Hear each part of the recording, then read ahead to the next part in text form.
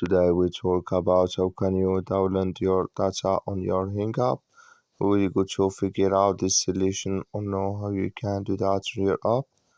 So you just follow these ways, then it's going to work with you. So all you have to do, you just go down, click here on photo profile down here. So then it's going to take you to your profile. It's going to show for you like this. Then all you have to do, you just go above this sign, click on it here.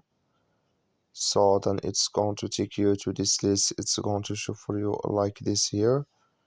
So then all you have to do, you just go down here. You keep going down here. So then you come here to download my data. You just click on it here. So then here you select your country here. When you just select your country, I'm going to click here for example, and you select here your search.